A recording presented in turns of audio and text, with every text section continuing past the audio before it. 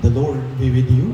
And with your spirit. A reading from the Holy Gospel according to Saint Matthew. Glory to you, O Lord. At that time, Jesus withdrew to the region of Tyre and Sidon. And behold, a Canaanite woman of that district came and called out, "Have pity on me, Lord, Son of David. My daughter is tormented by a demon." But Jesus did not say a word in answer to her. Jesus' disciples came and asked him, "Send her away, for she keeps calling out after us." He said in reply, "I was sent only to the lost sheep of the house of Israel." But a woman came and did Jesus homage, saying, "Lord, help me." He said in reply, "It is not right to take the food of the children and throw it to the dogs." She said, "Please, Lord, for even the dogs eat the scraps that fall from the table of their masters." Then Jesus said to her in reply, "O woman, great is your faith.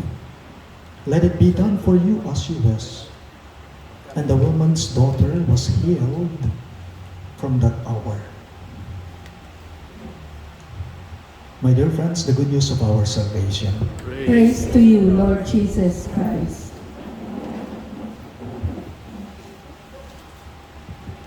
Mayapayabak po kayo ngayong sabla. Maya pala. Good morning, dear everyone. Good morning, Father. I am the former parish priest of St. Jude. Hindi po ako ang parish priest ngayon ng St. Jude. 1 year na po akong wala sa St. Jude. Napalitan na po ako. Ay, okay lang po. Okay lang po. Napalitan na po ako. Malas po ako sa St. Jude. Pandemic ako. Pag alis ko, nag-normal. Dinala po ako ngayon ng obispo. Pinull out ako from St. Jude to Finance Department sa Chancery. Yung pong dati sa Chancery, siya po ngayon ang parish priest ng St. Jude, si Father Pete Valencia. Dahil pareho po kaming accountant. So, ganyan siguro talaga, walang parokya. Kaya 5 years po akong walang parokya niyan. Palaging ini-invite na lang ni Father Rick Serrano, ang parish priest ninyo. Kung minsan nagmimisa din po ako dito sa sentro, sa Our Lady of Sorrows Parish sa inyo. Muli po, good morning. Good morning. Ano po ba yung mga panalangin pinapakinggan ng Diyos? Ano ba yung mga dasal natin o panalangin kinalulugdan ng Diyos? Nanularetang pangadita mo na lalapit tamo kingapong Ginoo. Lahat ba ng mga panalangin mo pinapakinggan niya? Lahat ba ng panalangin mo kinalulugdan niya o ipinagkakaloob niya? Pansinin po ninyo. Di ba kung minsan dasal na tayo ng dasal, pero feeling natin parang walang sagot sa ating mga dasal. Pero kung minsan naman, minsan mo lamang idudulog sa Kanya, itatawag sa Kanya, ilalapit sa Kanya, instant. Kaagad-agad, may sagot na. Kaagad-agad, ipinagkakaloob niya.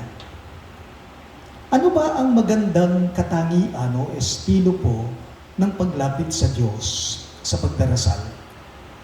Nano'y masating na disposisyon damo, o mga dita mo kingapong Ginoo. 3 things at least. First, tiyaga. First, tiyaga. Kung minsan po, tayo din po ang may kasalanan. Kung bakit iniisip natin kung minsan, hindi ipinagkakaloob ng Diyos ang ating mga dasal dahil kung minsan wala talaga tayong tiyaga. O tayo po pansinan, ing taong alam tiyaga, saguli, milakoya disposisyon king diyan na kanita. Nung alakang tiyaga, saguliing mangaynipan ka. Sabi po nila, ugali daw po natin yung kaagad-agad mainipin tayo. Do you believe that? Agad-agad po kano talakayin tamo. Yung bang hiningi mo ngayon, ipinagdasal mo ngayon, gusto mo instant. may tugon agad. O may sagot agad. Kutang kumo, ta bakit express padalay nga kung Ginoo? Ta bakit LBC nga kung Ginoo? Ta bakit Grabya o Food Panda nga kung Ginoo? Mayroon daw pong isang kumpanya. Ang kumpanyang ito, ang produkto niya ay nagbebenta po siya, nag-o-offer po siya ng mga gamot sa mga hospitals, sa mga doktor, sa mga drugstores. Ang kumpanyang ito, mag-hire po siya ng 3 additional medrep niya sa kumpanya niya. So, araw po ng interview, sabihin nating Monday, 8 a.m., ang daming pumuntang mga aplikante upang mag-apply sa kumpanyang ito kasi nangangailangan sila ng 3 medrep. Para may familiar dito sa inyo. Parang may nakikilala kong familiar na doktor dito. Parang meron. Hindi po madali ang trabaho ng mga medrep. Kailangan ng tiyaga. Kailangan yung maghintay ka. Kasi kung minsan, masyadong busy ang mga doktor Kung minsan mag-roaming sa mga pasyente na sa hospitals, tapos sa clinic nila, kung minsan marami rin mga pasyente. Kung minsan maghihintay at maghihintay ka. Tiyaga. Maninaya ka. Ikang medrep kanita. So, araw ng interview, 8 a.m., alam po ninyo, ang daming mga applicants sa kumpanyang ito mag-a-apply bilang medrep. May style, may estilo pala yung Human Resource Supervisor o HR Department. May estilo pala sila, isa pala sa mga requirements nila ay pagmamasdan nila o obserbahan nila yung mga applicants through CCTVs sa labas. So ang daming mga aplikante sa labas, hindi pa lumalabas itong HR Supervisor Director upang mag-start sa interview niya sa mga applicants nila. So, pinapanood sa mga CCTVs. Alam po ninyo, nakita ng HR na ito yung iba't ibang mga reaksyon ng mga applicants. Mayroon tingin ng tingin sa mga relo nila kasi 8 a.m., 9 a.m. na hindi pa nagsisimulang mag-interview. Meron namang iba nagre-reklamo na pagkatagal-tagal daw ng re-interview, anong oras na daw magsisimula. 9 a.m., 10 a.m., 2 hours late, wala pa rin nag-i-interview sa kanila. 10:15, 10:15, lumabas po yung HR director at ang sabi niya, kayo po mga applicants, pasensya na po. Actually po, sa totoo lang, dapat talaga 8 a.m. yung interview ninyo.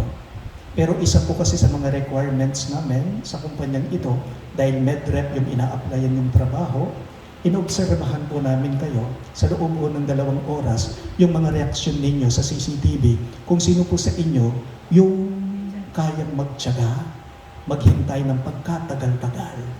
Dahil ang trabaho po ng isang medrep ay hindi po madali. So ito pong 3 pangalan na tatawagin ko, sila pong i-hire namin. Kayo pong hindi matatawag, umuwi na po kayo. So yung 3 nakita nilang marunong magtiyaga, magtagal, walang reklamo, basta maghihintay lang, sila po yung natanggap sa kumpanyang yon. Isipan ko mo po, kung minsan tayo, ang turing natin sa Diyos, parang videoke siya, yung maghuhulog ka lang ng 5 peso coin, tapos pwede ka nang kumanta. Pero po makanitay nga kung Ginoo, hindi ganun ang Diyos Pray until something happens. Pray until something happens. Ningkay po, kung minsan yung oras natin, hindi tugma talaga sa oras ng Diyos. Kung minsan yung panahon natin, yung gusto natin, hindi ayon sa kagustuhan o panahon ng Diyos. Di ba may sikat na kanta? In His time. God has His own time, in God's own perfect time. So, kailangan pala, kapag lumalapit tayo sa Kanya, isang mahalagang pangangailangan dito, requirement, ang tiyaga sa pagdarasal upang ang iniluluhog mo, ilalapit mo sa Kanya, mapakinggan niya at kalugdan niya. Pangalawang magandang estilo daw sa paglapit sa Diyos ay ang pagpapakumbaba. Kanina, tiyaga. Ngayon, kababaang loob, pagpapakumbaba. Ini po akit tayong malino king mipa sa ebanghelyo ngayon. Sa isang nanay, may lumapit na natay kay Jesus. Nagpapatulong siya. Bakit? Dahil sinasapian ng masamang espiritu yung anak niya, nahihirapan na. Nanay ka, nakikita mong hirap na, ang anak mo nung gagawin mo, iiyak ka na lang ba? So kinapalan na niya yung mukha niya kay Jesus. Bakit? Kasi Hudyo, si Kristo, siya Kananeo. Bawal po yun eh. Magkalaban sila, magkatunggali sila, kontra sila sa isa't isa. Pero anong ginawa niya? Buong kababaang loob, kahit nakakahiya man, lumapit siya kay Jesus upang magpatulong sa kanya, upang magpasaklolo sa kanya. May kisabi arugong mayap. Inyang mo muna tatabigan na eh. Itinataboy na siya. Pero, nagpumilit siya ng buong kababaang loob. Please lang po, Jesus, maawa ka na. Kahabagan mo ko. Tulungan mo ang anak ko. Sabi niya, di po ba inihalintulad pa ang nanay na ito sa mga aso? Anong sinabi ni Jesus? Dapat nga na, mayap ing kanan, mayap ing kuanan, ing pamangandaringa, nakatiyog siya karingaso. Pero may sinabi, ang nanay na ito, kay Jesus, sabi niya, tutupoy ka, Ginoo, nana, opo, pero ewari po, kahit naman din po yung mga aso, nakakakain pa rin po ng mga mumog o sobrang pagkain sa mesa ng kanilang mga amo. Karagula ka ba na lubayda? Kingarapan na ng Ginoo, ikit na, tinggap na yung letsya na, beba na yung sarili na. Kaya't sa bandang huli, napansin ninyo sa pagbasa natin sa Ebanghelyo, ipinagkaloob po sa kanya yung hiling niya. Ipinagkaloob po sa kanya yung idinudulog niya. Dahil lumapit siya kay Jesus ng buong kababaang loob. Maulaga po o tang mga dita mo, ing dapat mababaka. Lawan niyo o tang mga dita mo kapag ka nagdarasal tayo, halos sa atin makayuko. Bakit? Dahil tinatanggap natin yung na tayo'y mahina, na tayo may mga kakulangan sa harapan ng Diyos. Isang estilo ng paglapit kay Jesucristo, una, tiyaga, pangalawa, pagpapakumbaba, at ang huli po ay ang pananampalataya na bunga ng tiyaga at pagpapakumbaba. Ulitin ko, ang huling estilo ng magandang panalangin paglapit kay Jesucristo ay ang pananampalataya, pananalig sa Kanya na bunga ng iyong pagtsatsaga at ng iyong pagpapakumbaba. Ibig sabihin po nito, yung ipinapasa Diyos mo ng lahat. O Lord, gagawin ko na yung kaya ko, pero yung hindi ko na kaya, sa'yo na. Pasa Diyos mo na, ipinapasa mo sa Kanya, hindi mo na nga kaya, ipapasa ko na sa'yo. Di po ba kapag dinadasal natin ang the Lord's Prayer, ang Ama namin, mayroong parte doon na sinasabi natin, your will be done on earth as it is in heaven. So, ibig sabihin, hindi ang gusto mo, hindi ang kaloob mo, ang masusunod, kundi ang kalooban ng Diyos ang dapat sundin mo. Pero dito po tayo nagkakaproblema minsan. Bakit? Kasi yung iniisip natin, deserve ko to pinagtrabahuhan ko napagod ako nagtrabaho ako, deserve ko na matanggap ito. Pero sa dasal, iba. Hindi yung deserve mo. Paano naman yung deserve ng Diyos na ibigay niya sa iyo? Di ba? Hindi ang kalooban mo ang dapat sundin ng Diyos sa iyo, kundi ang kalooban pa rin ng Panginoon ang susundin at susundin mo. Iwan ko lamang po, yung mga katagang nabasa ko, nasagot ng Diyos sa taong nagdasal, tumawag sa Kanya. Sabi daw po ng Diyos sa taong lumapit sa Kanya, my child, I hear your prayers. If I answer them, it's because I'm increasing your faith. If I delay them, it's because I'm increasing your patience, your endurance and perseverance. But if I do not answer them, wait, I have something better for you. The best is always for you.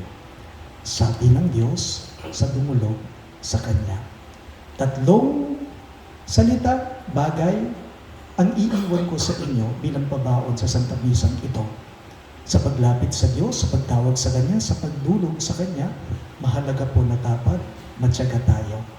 Dapat tumalapit tayo sa Kanya ng buong kababaang puso, kalooban mo. At siyempre, dapat malalim at matibay ang pananampalataya mo na bunga ng pagtsatsaga mo at ng pagpapakumbaba mo. Amen? Amen. Please all rise. I believe